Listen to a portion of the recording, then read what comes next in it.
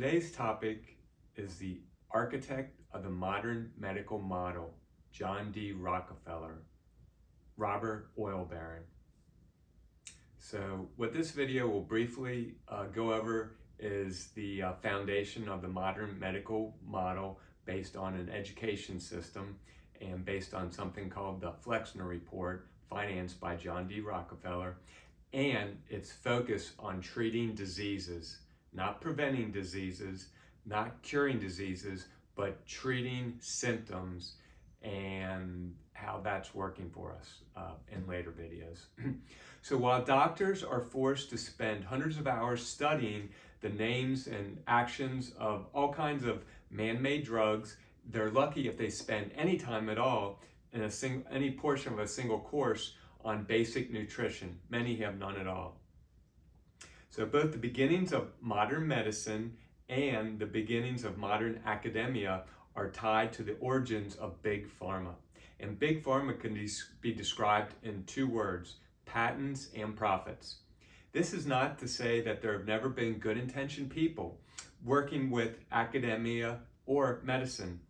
Of course, there have been many, and there still are many today. In addition, advances made through conventional academic research have saved countless lives over the years. However, it has to be acknowledged that the ability to patent substances in order to make a profit is the basis of nearly every major research project that has ever been conducted over the past 100 years.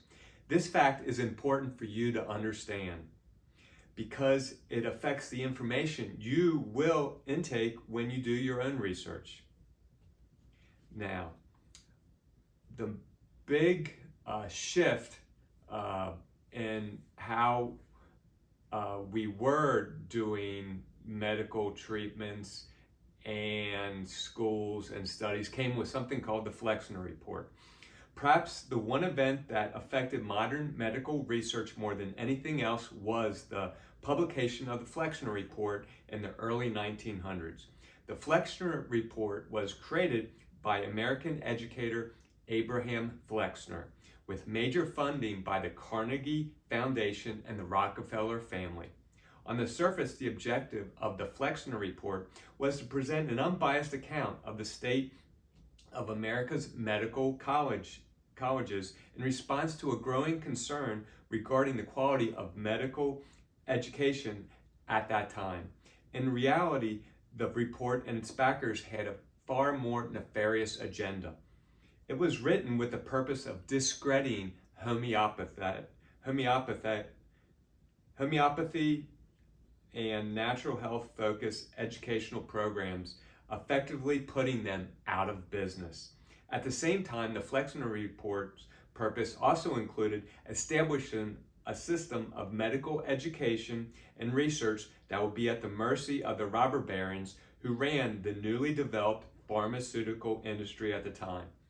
At this time, the pharmaceutical industry was run by the petroleum producing Rockefeller family, the Carnegies, and the IG Farben cartel in Germany.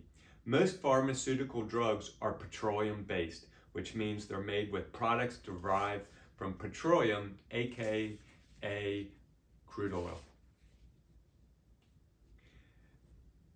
The death of natural medicine education. To be sure, in a lot of ways, the medical education system in the US at the time did need some reforming. This was the era of the snake oil salesman. There were certainly some who were taking advantage of non-existent medical accountability at the federal level in order to mislead people and make personal profit. The truth is, however, that those who took advantage of the system most likely were the minority. The majority of both orthodox and homeopathic doctors were well-intentioned and highly qualified. More importantly, a large percentage of the roughly 24 American homeopathic medical universities and countless numbers of chiropractic and other natural health focused colleges at the time were doing a sound job of providing future medical professionals with an education that relied primarily on the principles of natural health and individual needs of each patient. The medical climate over 100 years ago was very different from today. Homeopathy, in particular, was experiencing a resurgence in popularity in the United States in the early 1900s. Most of the populace, from the elite class to the poorest of the poor, saw value in it and used it to some extent. Indeed, American homeopathy earned its place of honor. It had been wildly successful in treating infectious diseases during the 1800s, including the cholera epidemic of 1849 and the yellow fever epidemic of the 1870s. During the yellow fever epidemic, death rates for those under homeopathic care were approximately 1/3 the amount of those who used orthodox medicine. According to medical historian Harris Coulter, PhD, even John D Rockefeller himself used homeopathy as a progressive and aggressive step in medicine, and attributed his long life, he lived to be 97, to being under a homeopath's care during his later years. Nevertheless, business is business. Homeopathy simply got in the way of a pill for every ill, kind of where we're at today. The goal of the newly blossoming big pharma industry and Rockefeller, who ran the show. When the Flexner Report was published, its determinations were no surprise. Its sweeping conclusion was that virtually all of the homeopathic colleges in existence in the U.S. were not fit to be called institutions of higher learning. Who gave them that right to make that determination? This caused much debate in Washington, although not much in the way of hard funds to fix the problem. Again, Rockefeller and the pharmaceutical industry saw an opportunity. Through their so-called charitable organizations, they began to contribute large sums of money to certain schools who were willing to fall in line with their agenda. One of the stipulations for receiving funds was that these medical colleges must accept a triumvirate of individuals on their boards of directors who would oversee how the money was spent. At the time, those individuals were Frederick Taylor Gates, a top business consultant to Rockefeller, Abraham Flexner, and his brother, Simon Flexner. The Flexner Report and the subsequent private funding of medical education in America by the founding fathers of Big Pharma also accomplished the goal of completely destroying homeopathic education in America. In 1900, there were close to 24 homeopathic medical schools, roughly 100 homeopathic hospitals, and dozens of homeopathic pharmacies in the U.S. When it was all said and done, only 2 homeopathic colleges remained. The vast majority of today's medical research is conducted at major universities, many in conjunction with government organizations, hospitals, and large-scale medically focused nonprofit organizations. The Flexner Report also laid the foundation for the increased importance of research within these institutions, of course with an eye always toward patentable drugs. One of the main reasons why U.S. homeopathic schools received such bad marks on the report was because, according to homeopathic advocate, author, and publisher Dana Ullman, MPH, the Flexner Report placed the highest value on those medical schools that had a full-time teaching faculty and those that taught a pathological and physiochemical analysis of the human body. In other words, homeopathic colleges that had professors in their employ who had thriving practices in addition to teaching classes were given bad marks.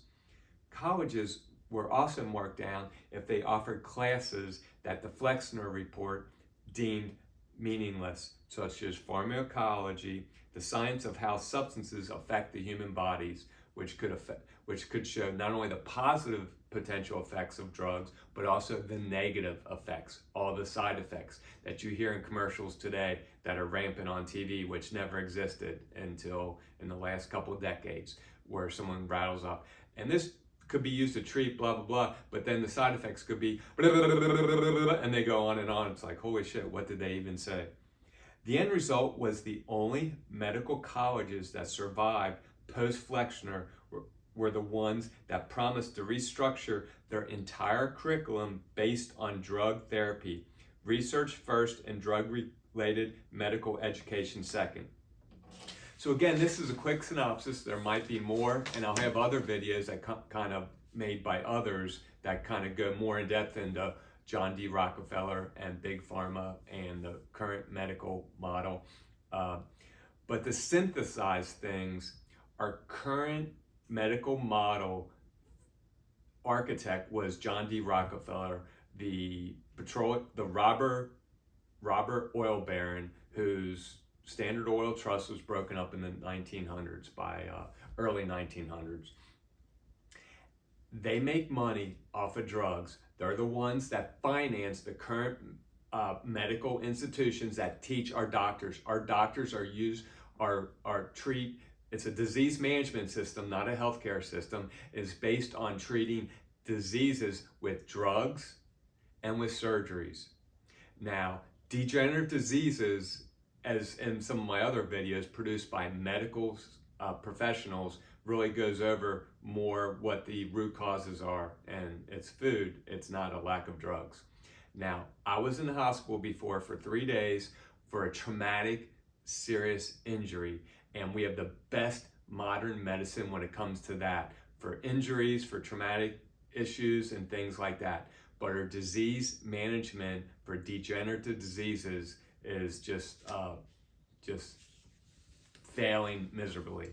Look at our obesity epidemic, look at our degenerative diseases from Alzheimer's, dementia, heart disease, cancer, and so there'll be a lot more to say about that with regards to food. So anyway, this is a quick video.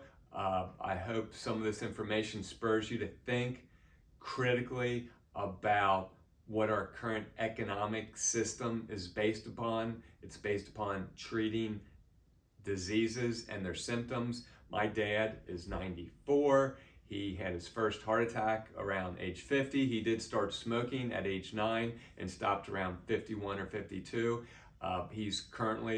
He had 3 heart bypass surgeries because of his health issues, and he's currently on over 15 drugs every single day. And pretty soon, in a couple years, I'll be the same age he was when he basically had his 3rd heart bypass surgery and was on many drugs. I haven't had any heart issues and hope to not have any heart issues for many years to come. So thank you, and I hope you have a great day today.